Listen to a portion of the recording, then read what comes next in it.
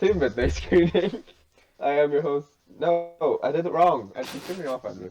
Yeah, Kyoso gave us no warning you're about to start. Can we clarify that? I was counting what Andrew did at the start. Oh yeah, of course it was. Oh, okay. Every podcast has the little bit at the beginning to set the tone. It's a ramble. Exactly. Yeah. Let's really set the tone, to be fair. That's how it's going to go. Ty, keep all this in. Let's go. This is Midnight Screening, the show where we try and plan the perfect movie night one film at a time. Today's film is Gremlins. I'm your host, Nathan Lang. With me, as always, I have Josh K. Yo, it's Christmas! Woo! Jingle bells and all that. What do people say at Christmas? Merry Christmas, that's the one. You know how you see someone in the street and you go, jingle bells and all that? I'm going Tip to your start little now. Victorian hat like Tiny Tim. Just to spite you, that's what I'm going to do from now on. And unfortunately, Ty Hennessy could not be with us today, but fear not, because I think we have a suitable replacement. We traded up, honestly. Yeah, we Well. got... So Andrew's here. Hello. Thanks for not doxing me. Yeah, I almost did. Thank you. I know, right?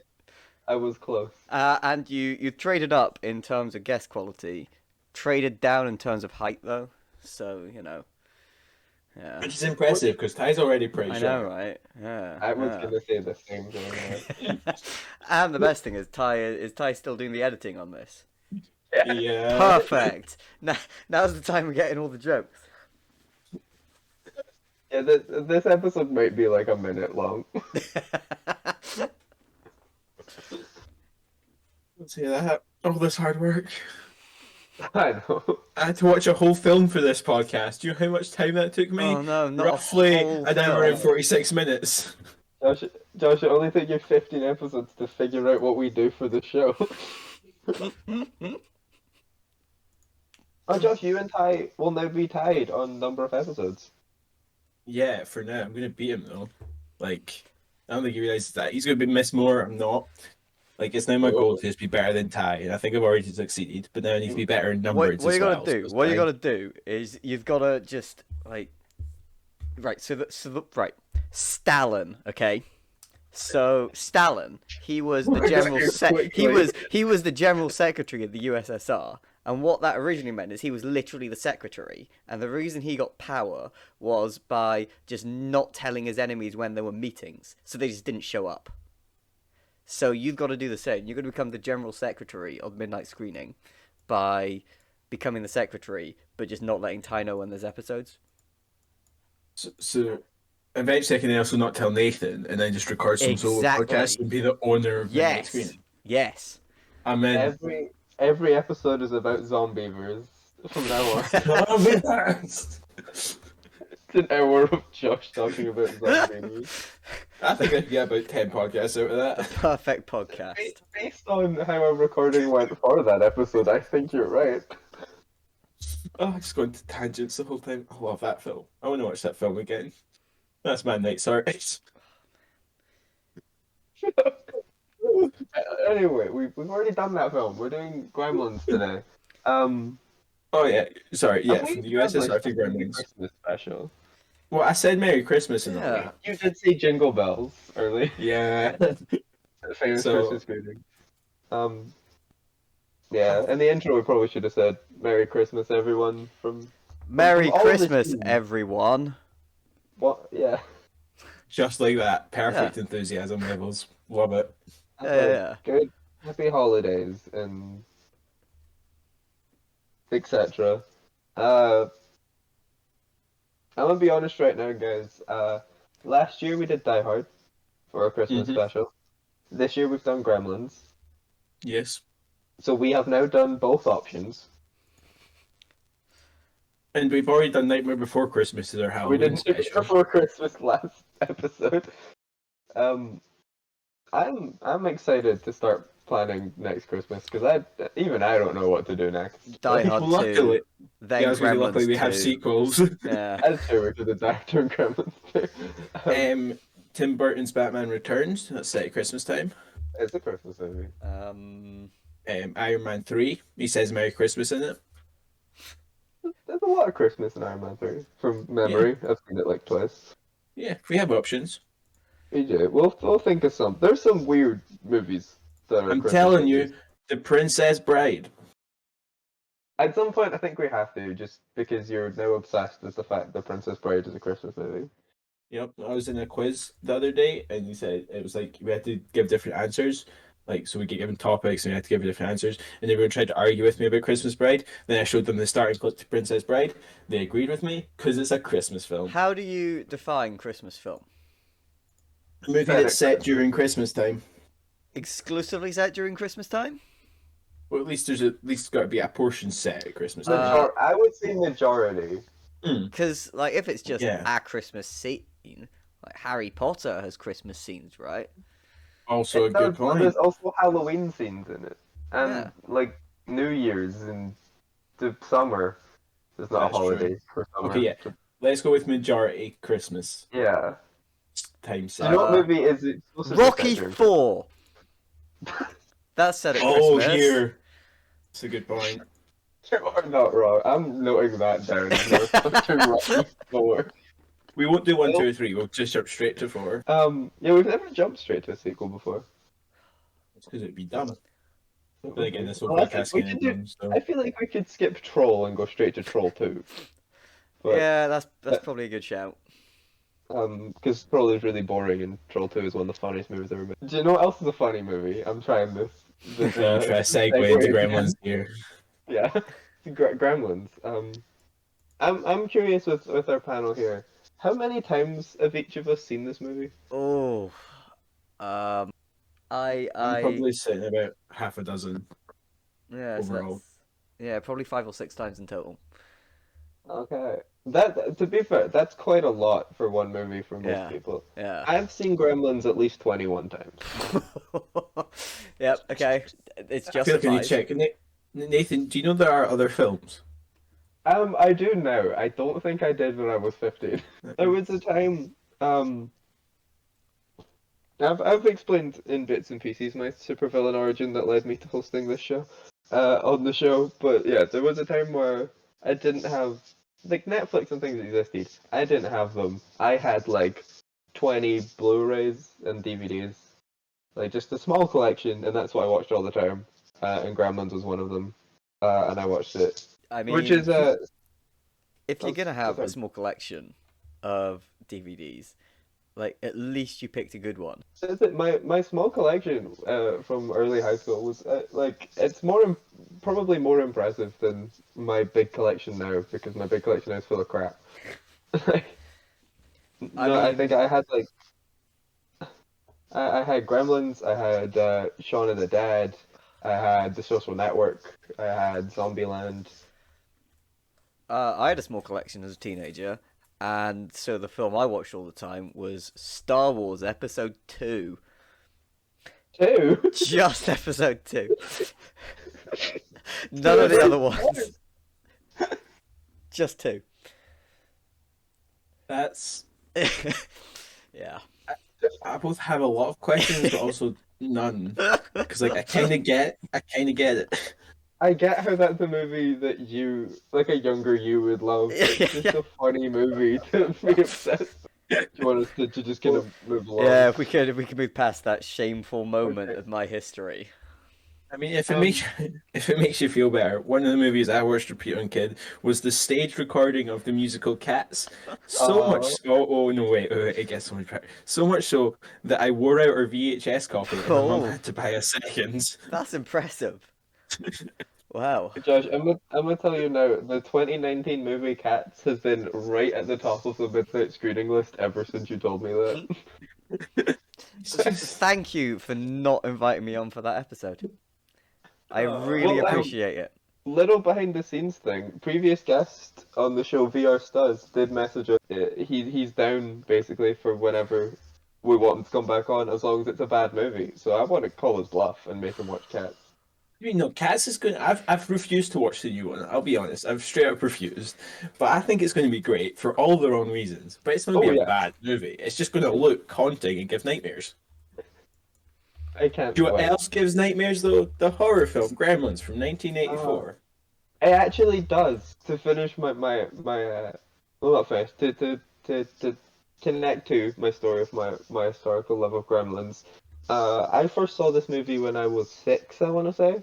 And when I say I saw this movie, I saw 20 minutes of this movie and then told my parents to turn it off because Oh, I was very scared.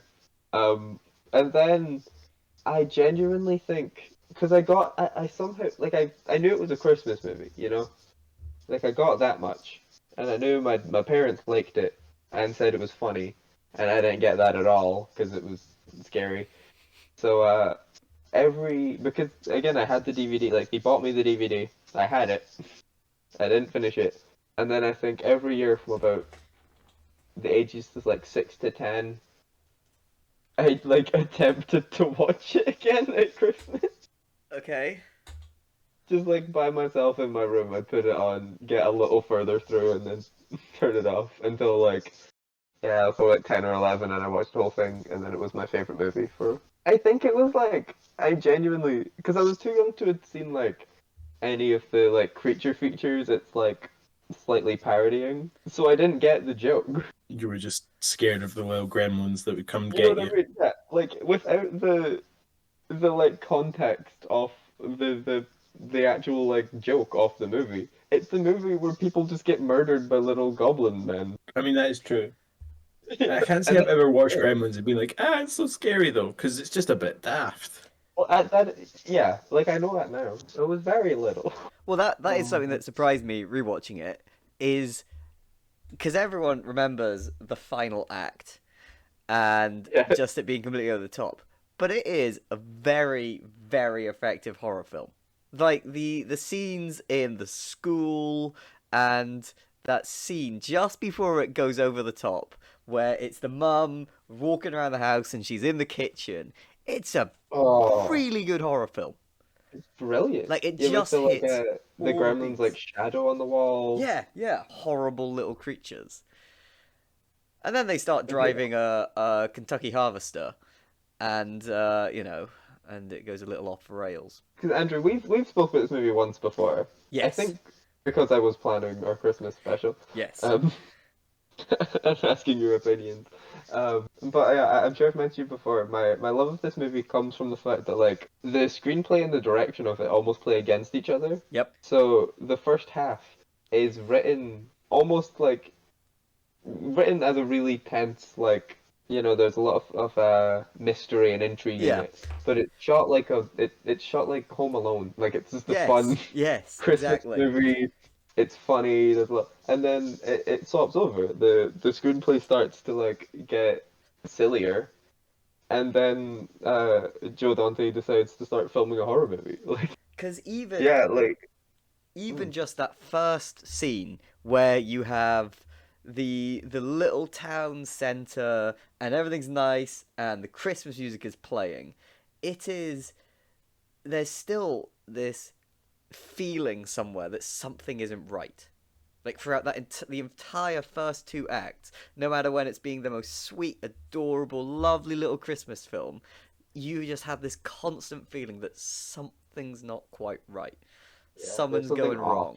And then finally you realize why it's off, and then it becomes a completely different film. Yes, a completely different film. Yes. That is something I want your guys' opinion on. Which, if we talk about this film is very much in two halves. Which half is, what's the better half? I don't know if there's a better. I think the reason the movie works so is because it's in two halves. So to say like there's a better half isn't fair. If it was all just the same half, it's just no generic horror movie differences. It's Well, based at Christmas, and then there's a cute one. if it was all just the second half, that's just Gremlins 2. Um, That is true, that would be yeah, Gremlins 2. yeah. Um, And Gremlins 2 is great. oh yeah, for entirely different reasons.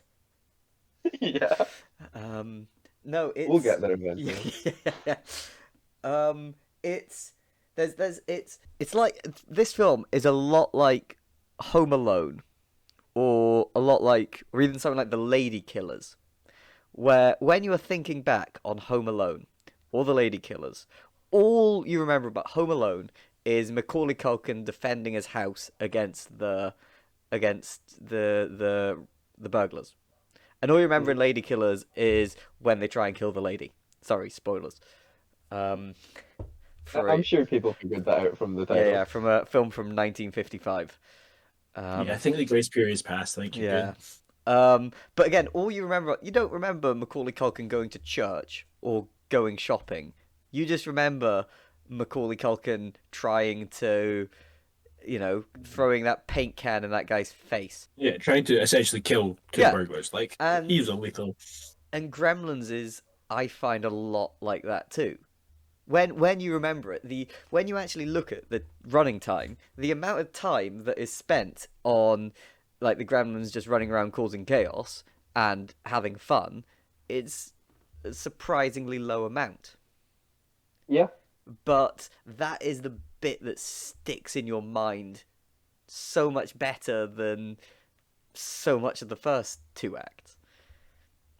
I would say on that, I think part of the reason that like those last few minutes are so memorable in some parts is because it earns it by not like Well, yes, completely. going. Yeah, Yeah, because it holds off yes, even longer than like is technically necessary. I think it could get away with going off the rails a little earlier. It doesn't because yeah, they know that if they hold off for just long enough, then yes, because it, yeah, it does. everything's way more effective. It does a very good job at, we already talked about it, classic monster movie. It hits for the first two acts, it hits all the beats perfectly. It does every single thing it needs to do to be that effective classic monster movie, and then it goes to the final one, and then just uh, carnage ensues. Hmm. But Now we're watching Snow White yeah, in the movie theater. but yeah, I don't know if I can.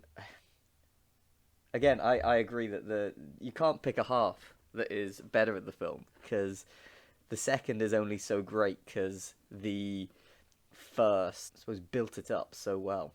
And then the first half also just makes the film daft, which is great and it's needed because it's just daft. Like, cool statement, the first half of that film makes almost no sense, and all the characters are total idiots. Every one of them. Which leads to some really good gags. Like when we talk about the film being split in two, the second half is again very obviously funny. It's full of Yeah, yeah, like Andrew's made describing it as carnage, but the first half is just full of like sight gags yeah, and like little bits yeah. of dialogue and weird character interactions. One of my absolute favorite lines in the entire film is when Billy and Kate are walking home and they're talking about Christmas and how Kate hates Christmas and how it makes her, and he's like, what? But no, everyone loves Christmas. She goes, no, no, no. On Christmas, while some people are opening their presents, other people are opening their wrists. Yeah. And it just drops this line, and the film just carries on and doesn't acknowledge it. Well, I And couldn't tell there if you were gonna say that one or say you hate George Washington's birthday and no one yeah, bats an eye, yeah, but say you hate Christmas. yeah, because it really is just written as a goofy little like town feel good sort of the film, Yeah. but and it has all these dumb stereotypical Christmassy plot lines going on, like, oh no, Billy's gonna lose his job and Mrs. Deagle wants his dog, and oh, but there's a love interest, but oh no, there's the mean guy from the bank, and then every single one of those plot points disappears. Yeah, multiple of which are just taken from like movies from the 30s and 40s. Yeah, Like specific, like the dog thing is just Wizard of Oz. The whole bank teller subplot that appears, that's It's a Wonderful Life to yep, the point where the characters are watching It's a Wonderful Life on yeah, yeah. TV. Should we we've been praising this film's screenplay a lot. Should we talk about who wrote this movie? Yes. As much as I've always known who wrote this film, it's still bizarre to me that this is a Chris Columbus movie. Yeah, it is This very is odd. about It makes total sense for the first half. Chris Columbus is probably the safest filmmaker and screenwriter I can think of. Like, I like most of his stuff, but yeah, he tends to be very tame, Yeah, very likable, family friendly movies. And then he also wrote the Gremlins films. Yeah, yeah. For anyone who doesn't No, we're not going to presume you do. Anyone who doesn't know, Chris Columbus also wrote The Goonies about this time. Yep. Uh, he directed the first two Home Alones. He directed the first two Harry Potters. Did he direct Pixels? Am I making that up? He did direct Pixels. I'm He pretty did. sure anyway. Yeah. Oh, we shouldn't hold that against him too He much. he directed Pixels because I think it was his granddaughter said, "I like video games. You should direct a film about video games." That makes Amazing. sense for that And film, he to was be like, honest. "Okay then." And his granddaughter threatened to disown him if he didn't direct it. So he Wow. did. Couldn't That you, granddaughter's going places. couldn't you have directed a different movie about video games? No, Like, did it have no, to it be was Pixels? Pixels. Adam Sandler's Pixels. Oh. Oh, no, I remember now. I used to read Empire magazine every week when that movie was coming out, Yep. and there was this interview with Chris Columbus, and this still angers me to this day because the reason I saw the movie Yep. was because they interviewed him and were genuinely very candidly people are concerned this is like an Adam Sandler movie. Will it be Oh. one of those or is it something else? And he goes, no, trust me, this movie's really funny. There's this Oh. one scene with the centipede uh, where he breaks into this woman's house that reminds me of the movie theater scene in Gremlins. Yeah. Uh, that's not the case. Yeah. No, but no, nothing in Pixels is anything anywhere near as clever or witty or funny as anything in Gremlins, and I feel like he was in full panic mode trying to promote this movie that he just lied. Or he was You, delusional. One or the other. yeah, maybe he's just lost it. Going back to Chris Columbus doing Gremlins, if I recall correctly, Gremlins was originally not even going to be a comedy. It was going to be even. The original script by Chris Columbus was even darker, Ooh, and it involved the dog getting killed by the Gremlins, and Gizmo was going to have turned into and was going to have been Stripe and was going to be in charge of the Gremlins, and it was just generally going to be a lot gorier and darker. So, yeah, well, what has happened to Chris Columbus? yeah. Was this one of his first films, or had he been doing much before then? I'll look that up just now. I want to say this Because might be his Gremlins first is feature. 84. I can't off the top of my head. I Yeah, can't think of any. Gremlins. This was his first real project. His first project was Reckless, 1984, and then it was Gremlins was his first original screenplay. Huh. No. That. Ah. I mean that you hit the ground running. Like, Yeah, you really do. Um,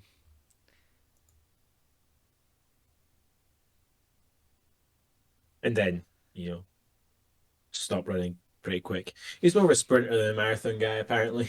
I am looking at this. The 80s for Chris Columbus Yep. consists of Gremlins, The Goonies, Young Sherlock Holmes, Little Nemo, Gremlins 2, 1990, but I'll include that in there.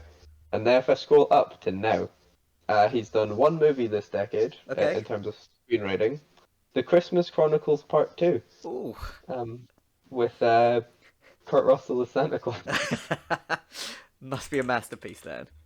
Not part one, just part two. He only wrote Part 2, yeah.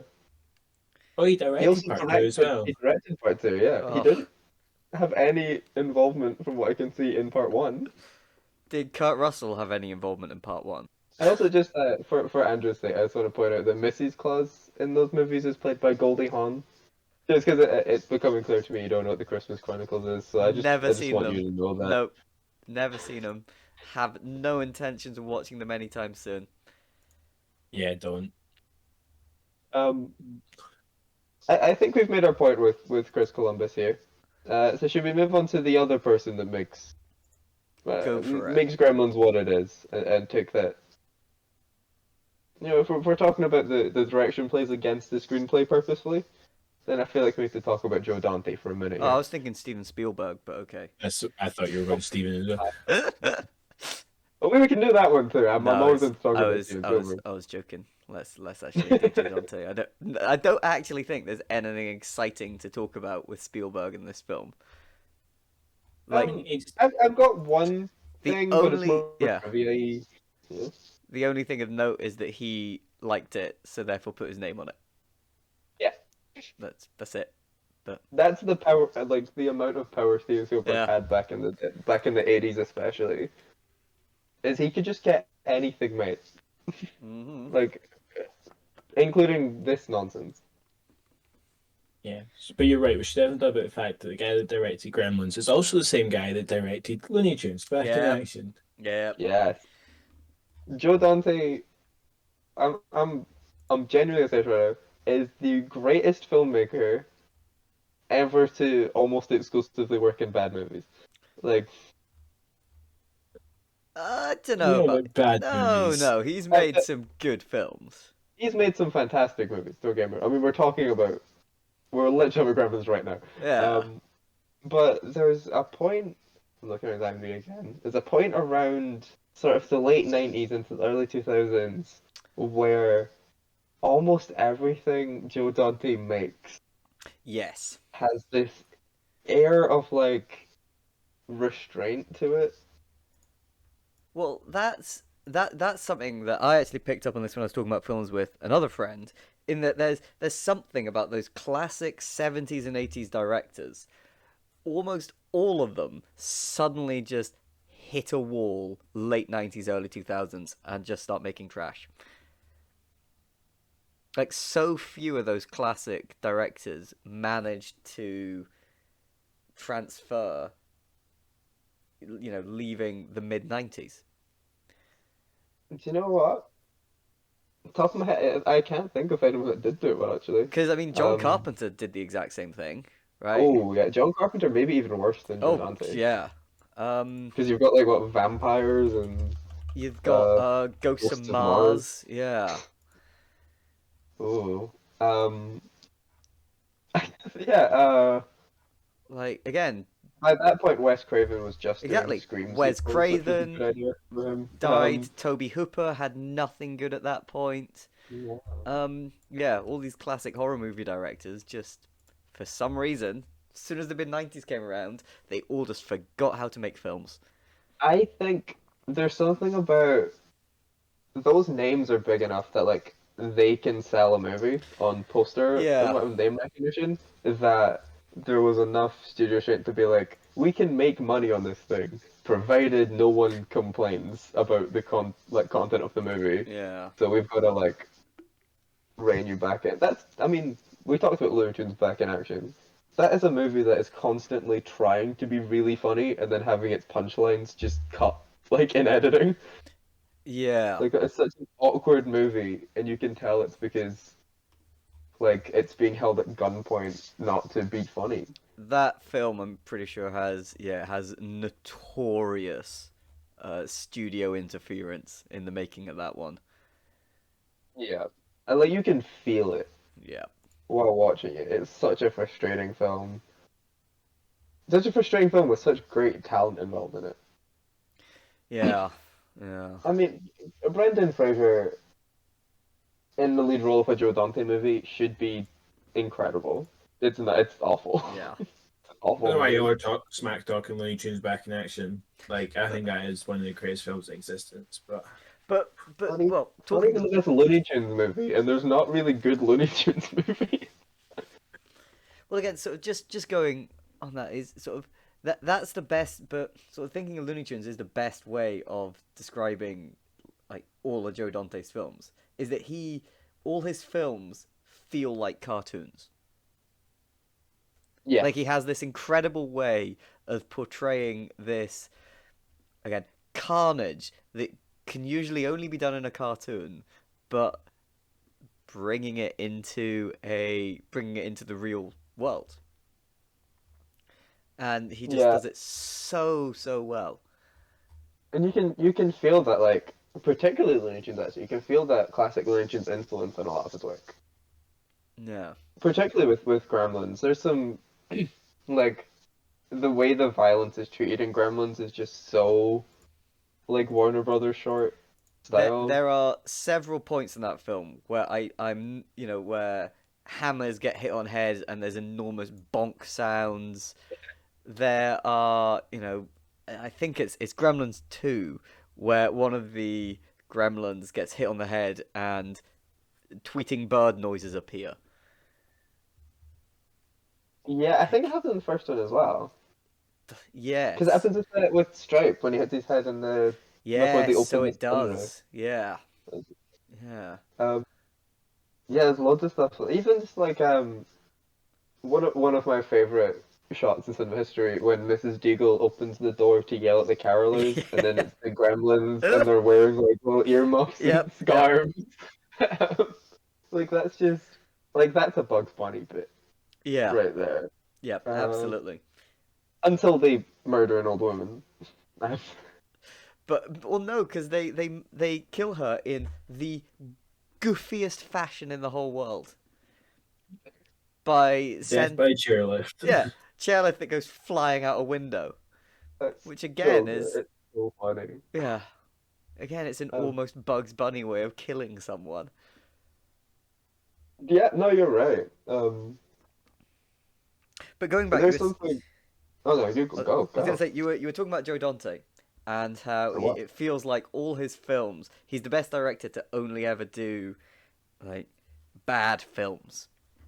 And if Hmm. you look through his filmography, he has done some really good films, but just about all of these films came out around the same time as another film that was very thematically similar and just completely eclipsed it. He is, Like yeah, like he he is just released The super. Howling around the same time around the same time as American Werewolf in London. Yeah, Gremlins was that's out around the just same unfair. time as I think Ghostbusters. Explorers, is it Explorers? I think it's either Explorers or Inner Space was out around the same time as E.T. And again, every single time he releases a film that should do well, there's something else out at the same time that is just it but more famous. Yeah, and I wouldn't even say that like those other movies are necessarily Oh better. no, They're not at all. just they're more accessible. Yes. Slightly bit more accessible, slightly bit more marketable. Yeah. So yeah, we'll go see that one instead of this one. Yeah, a lot of his best stuff is kind of buried like that, Yeah. or let down by the fact that sequels have been made. Yeah. I'm Yeah. looking directly at Prana and The Howling for that. Howling 2 stars Christopher Lee. And Christopher Lee Yes. was then also went to go on in Gremlins 2. And I believe Christopher Lee apologized to Joe Dante for appearing in that sequel. I was like, I'm so sorry I appeared in that awful sequel of your film. I should never have done it.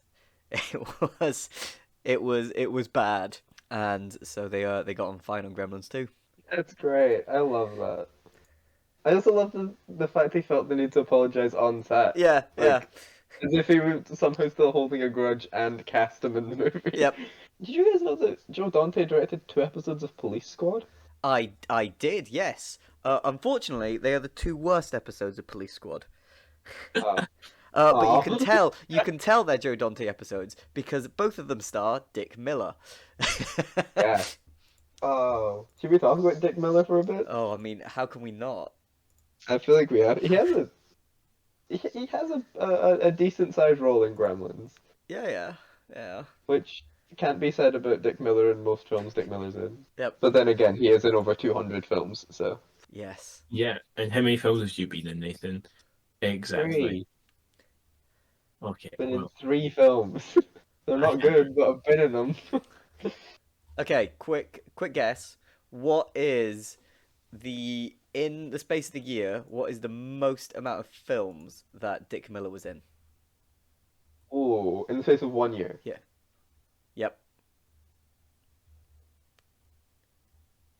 Price is Yeah, Right rules. Closest without going over. it was in 13. over I think it may be more. 16. You'd both gone way over, I'm afraid. What? Way over. I was in so many movies. Uh, well, he did like 6 a year. I didn't consider the fact that Considering he there started would. his career in 1955 and stopped acting in 2015, that's Whoa. and he was in more than 180 films. Okay, that I didn't take into consideration. The fact that he was just constantly working Yeah, forever. mostly with Roger Corman in the early days, anyway. Yes. And he was in a lot of those early Roger Corman films, and he's Yeah, in every Joe Dante film, I want to say. I I'm think sure I he read that might be. somewhere. Is he in Looney Tunes? Let's find out. He is in Looney Tunes back in action. Of course he Yeah, Okay, is. Why would it if he's be? in Looney Tunes back in action, he must be in every Joe yeah, Dante I think he movie. is. That's his Bill Murray. You've got the De Niro Scorsese, you've got Yeah, the John Carpenter and Kurt Russell, and you've got Joe Dante and Dick Miller. yeah, Classic pairings. One of those is not like the other though. yeah, because it's better. Dick Miller is great in every Joe Dante movie, especially Gremlins. He gets the joke more than Yes, anybody else in film yes, does. Like he's so in sync with what's happening. yep. He plays just this awful man. Who was right about everything? Yes, which is such a good bit. Yeah, He doesn't just know that gremlins exist. He knows exactly the method they use to kill yep, people. yep. My favorite thing is I was watching it again this time, and I noticed Mr. Futterman has a Richard Nixon poster on his wall, which is just It's not even like a re-election campaign poster or yeah, anything. It's yeah, it's a yep, poster of Richard Nixon. exactly. He's just a really big fan, okay? Yeah, Loves them. Which makes perfect sense. yeah, Like with everything else about his characterization, just of course he's like a Nixon guy. yeah. Mr. Futterman is just a wonderful character. He's a great character because you want to like him. Yeah, But and everything he does is be vaguely racist and get like drunk and harass the bartender and yes, he is sort of this character you can feel very sorry for. He does yeah. feel like someone who you would see in a small American Midwest town where when industry is in the middle of dying and he's still, still around but doesn't have much to do anymore. And then he gets his house caved in by his own what is it, like a snowmobile? It's his Kentucky Harvester, a snowplow. Yeah, Yeah. yes. I forgot he's very proud of it He as is well very because proud it's of the American. Kentucky Harvester. But it It's gets filled. Americans. You won't get any gremlins in that. Well, no, no, no. That's what he says at first, but then he is actually complaining. He took it to the shop to get fixed, and they filled it with foreign parts, and that is when the gremlins come in. Oh my goodness, he's right. So he's right about everything. Look, Mr. Futterman, he knows where it's at. Um, But like I'm trying to think. Oh no, go for it. I was gonna Go say, for I it. think Mr. Futterman sort of perfectly. Well, there's this film really sort of lays on its themes. So it's done in such an odd way because they are so thick, yet they never like actually draw attention to them. Like, this film is Mhm. very clearly about technology versus tradition or something to that effect. And, it's just obvious. You can just tell. But, there's never the grand monologue. There's never, it somehow still manages to take the backstage because most of the film is just carnage. Yeah. No, I think you're right. Yeah, that's impressive about the way this film is put together. Is that the stuff you want to see and the stuff you care about is the stuff that's up front for the whole thing. No. but there's stuff going on underneath it. It's an intelligent movie that wants you to think it's a cartoon. But Andrew, you just said that there's no grand monologue. Yeah, that scene. That scene. I think Okay. you know where I'm going with I this. know exactly where you're going with this. Because look, for years and years, I was of the opinion that everyone had the same opinion of one particular scene in this movie that I had, until I told Andrew that we were gonna record on this movie. Yep. And I told you that when we rewatched it, I'd have your opinions in mind, and I think you might be right. It is a masterpiece of a film.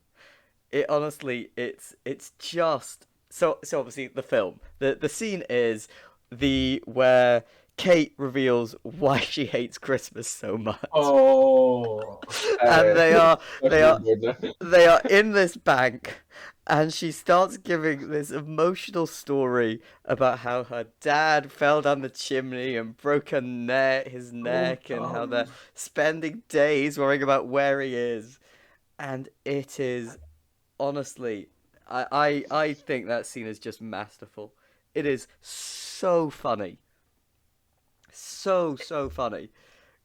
Just again, it's one of these things where there's no actual jokes in the dialogue, but the scene itself is the joke. yeah, but I mean, like, Like, oh, I forgot about this bit. It's just like she's like, "Oh, I'm so sad. My father died." yeah, Okay, no, your father died because he's a complete idiot. Okay, it's a like stupid you're story. my goodness, it's it's yes, just it's such a dumb story, and she's telling this emotional story. She's got like this 1,000 yard stare telling it, and the only person paying attention to this whole story is Gizmo, and Yeah, yeah, you're just getting like Billy just keeps doing what he was yeah, doing. yeah, and you just Keeps get going back to him, yeah. just searching the bank. You're getting shots of Billy searching the bag and Gizmo sitting there emotionally watching this story, and and then the story's just over, and they just leave, and that's it, It's done. It's perfect. That made me laugh out loud rewatching it. Yeah. When you had said that you thought it was really funny, I was like, okay, there must be something I'm missing. And it was, yeah, she finishes telling the story, and then Billy just kind of walks away. Yeah, And they they all go. I was like, that's really funny. it's such a Gremlins 2 joke in that the joke isn't anything they're doing. There's no gag or anything. It's just the joke is Well, the whole scene. they do it again in Gremlins too. Yep. Yep. With but they just get to the punchline quicker because she doesn't tell the story. Yeah. They just walk away. Yep. Well, I'm glad I won you over on the greatest scene in the film. I wouldn't say it's the greatest scene in the film, but I've come over to the scene. Um, the greatest scene in the film is still when the gremlin goes in the microwave. No, no, no. It's the bit where she puts the gremlin in the blender. That is also fantastic. And I'm still a fan of the chairlift when it's just spinning and spinning before it shoots out the window. the well, go the blender scene quickly. There is a blender scene in both Gremlins 1 and Gremlins 2. Well, the second one I think is paper shredder. Yeah. And both of those scenes happen at exactly the same timestamp. That's Like amazing. to almost the second they happen at I the same would- time. That must be on purpose. Has to right? be 'Cause intentional. Gremlins 2 is very purposefully Yep. exactly the same movie as Yep. Gremlins 1, except they're in like a parody of the Die Hard. That's great. I can only It is great. yeah, yeah, it's just all these small little bits that just pull it together. And yeah, all these small little jokes that are just there. Again, it almost feels like for Joe Dante, the comedy, he's almost like a meta comedian in that the jokes aren't in the film, the joke is the film. Did you guys, the inventions fair scene? Yep. Y'all notice the two big old sci-fi reference jokes happening in the background? Uh, yes, I think so. Go on. I'm not too Um, sure. so first of all, so the scene is that Billy's dad, who's an inventor, is at an inventions fair, and he's on the like payphone to his wife discussing things, and you can see in the background behind him in the first shot is the time machine from H.G. Wells' The Time Machine. Yes. Yep. Then the film cuts to his wife on the phone in the kitchen, and it cuts back, and the time machine is gone. There is smoke everywhere, and two people just kind of looking around, confused, which is fantastic. And in that same shot, you can see the like robot from Lost in Space. Yes. Yes. Uh-huh. And then later it cuts back, and the robot is on the phone. Yep. Yep. Those are fantastic, and the film draws no attention to them, but those are brilliant jokes. They are. That's all I had to say. It's just I really like those jokes, and I want people to notice them. We are at that time to before we get to the questions. Does anyone have like little observations or gags or something they want to point out? Just want to reiterate how dumb the characters are. Like, as every time I watch a movie, I realize how especially Billy, is just like to an extent he's just an idiot, and I just every Well- time it frustrates me almost more and more. It almost feels like he is actually trying to play just a young boy. Yeah, Because it- Zach Galligan is What age is clearly a man, but well, yeah, Billy he works is... at the bank. Yeah. his best he was- friend is Corey Feldman. And Yeah, he no. lives in an attic with his parents, and And his Yeah. Christmas gift was going to be a toy robot. yeah, Like, exactly. yeah, I Yeah, just there's something weird going on there. I don't like it. There is two little observations for me. Oh, one is the famous Christmas tree scene where you can very clearly see a man pushing over a Christmas tree. Yeah. Very, very clearly. Which is wonderful. Adds to the charm. And the other is, imagine how much fun the props department had just making all those weird little gadgets that Billy's dad makes. Yeah. Because there are Most of which I'm not even like I'm looking at it, I'm seeing it do what it's supposed to do, and I still don't get how that helps anybody. Why do I need a machine that rolls 6 eggs and cracks them? How is that easier than Yep. cracking an egg? Or that like squirts shaving cream? Yeah, the bathroom buddy. The bathroom buddy is so funny. That's somebody I want one. I'll get you one. Don't worry. I'll get you It's one. the, Oh, thank you so much. the smokeless ashtray, Yeah. and then the next time you see it, there's just like way too much Yep, smoke yep. coming out of it. Two of a kind. Oh. Two of a kind. I think those are my real observations there. I think the only thing we haven't really talked about is slightly to do with Spielberg's involvement, kind of. This film's major impact on American cinema, Yes.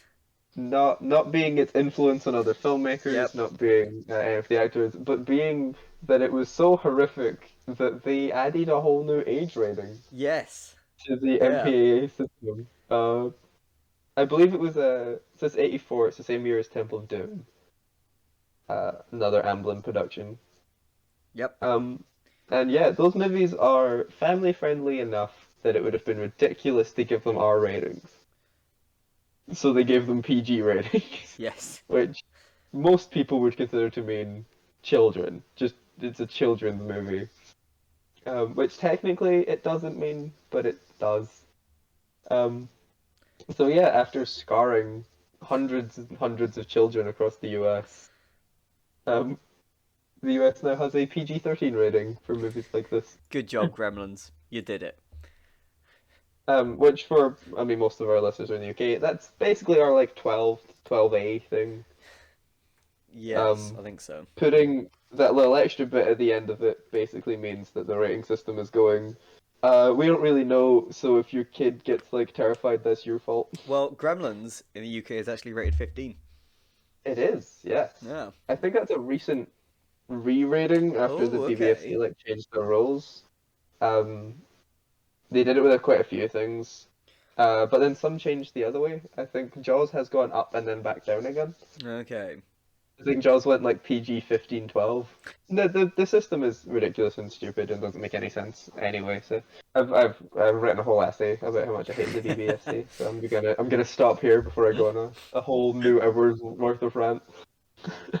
Yeah, I think we've mentioned everything I wanted to mention. I think Yeah, so I've got too. nothing else. Okay, so that leads us to one thing, one big important bit. The reason people listen to the show, and that's that I'm gonna ask you a couple questions. People listen to this show. What? Tens of people have listened to Tens? this show in the Whoa! No way! I'm yeah. famous. I got our Spotify Wrapped through. We were five people. We were five people's top podcast of 2022. Whoa. One of those was Ty. And the other four were the remaining members of this family. It should be. No one's owned up. No one's like pressed the tweet at creator button. Hey, we're a popular show. Filthy Casuals follow me on TikTok for some reason.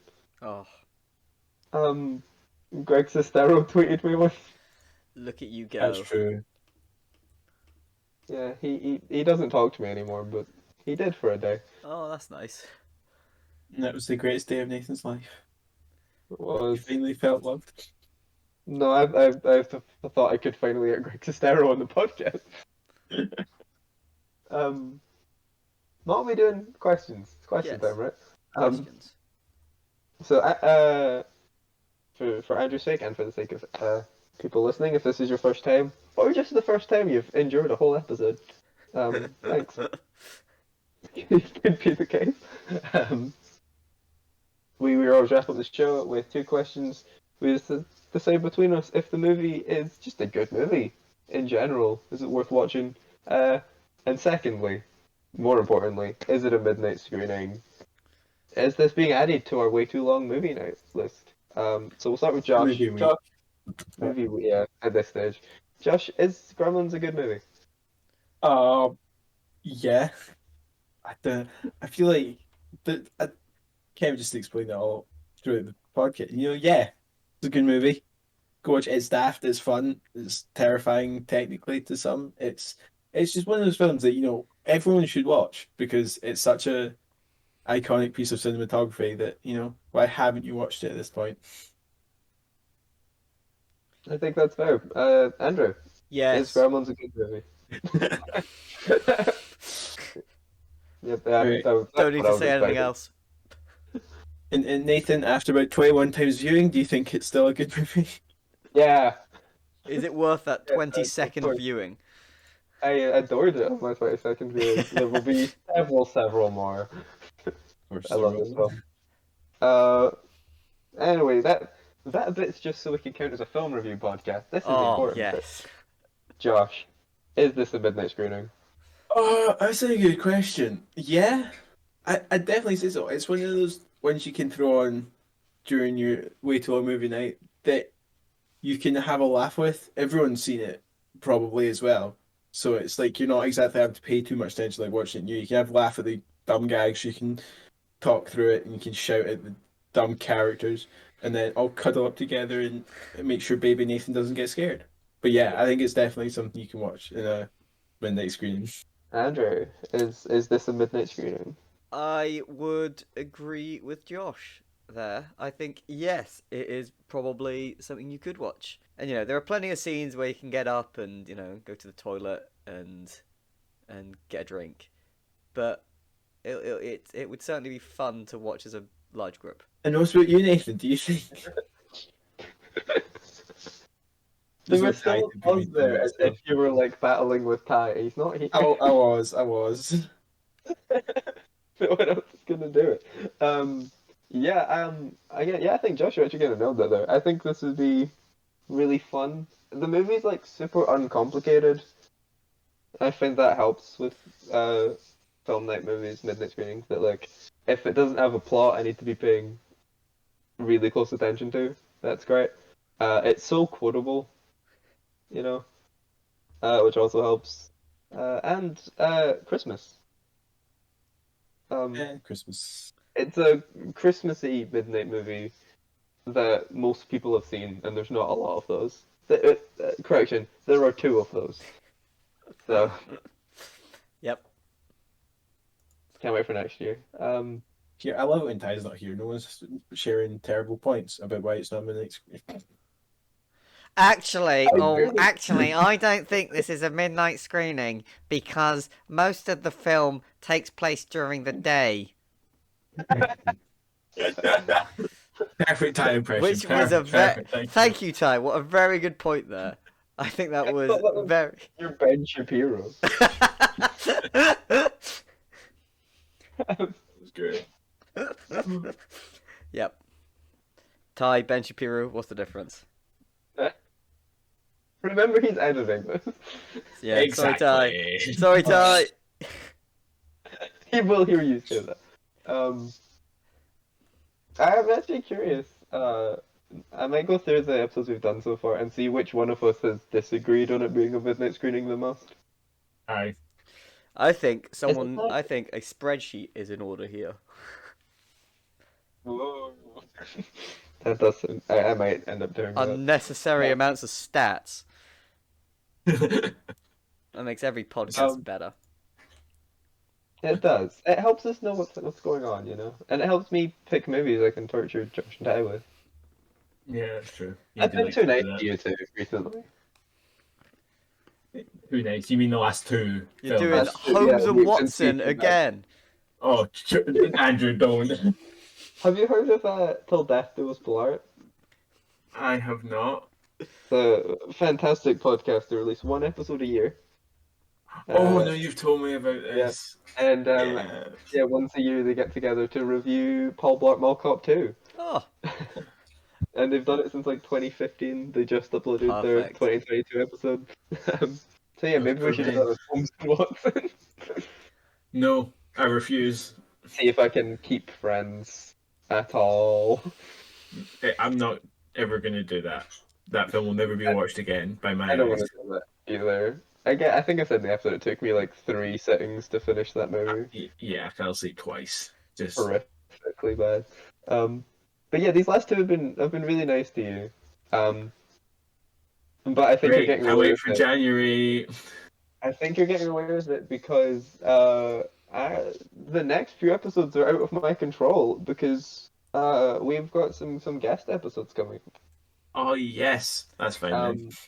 Here's a little teaser for people. We got some cool guests, including our first returning guest ever, Me, haha. other than Josh or Ty, I guess. No, Andrew. The answer's Andrew. back, baby. Andrew's Yeah, coming back. already? What? Yeah, we're recording the next one right now. Oh my goodness. I hope You you've did watch all the movie, watched. right? Yeah. Yeah, Andrew picked Holmes and Watson again. Oh, I quit. So the next episodes are going to be guest episodes. We're experimenting in general with how we're doing guest stuff. This one notwithstanding, because this is a very standard guest episode. But the next few aren't. And yeah, we're hoping to have more of an upload schedule in 2023, but don't hold us to that because we've promised so many things we haven't done. No, hang on. Don't hold Nathan to that because Nathan's promised many things that he has not done. So I just wanted to. I'm just a Remember the guest. year- Into this. Remember the year-end film retrospectives I did one off? Yep.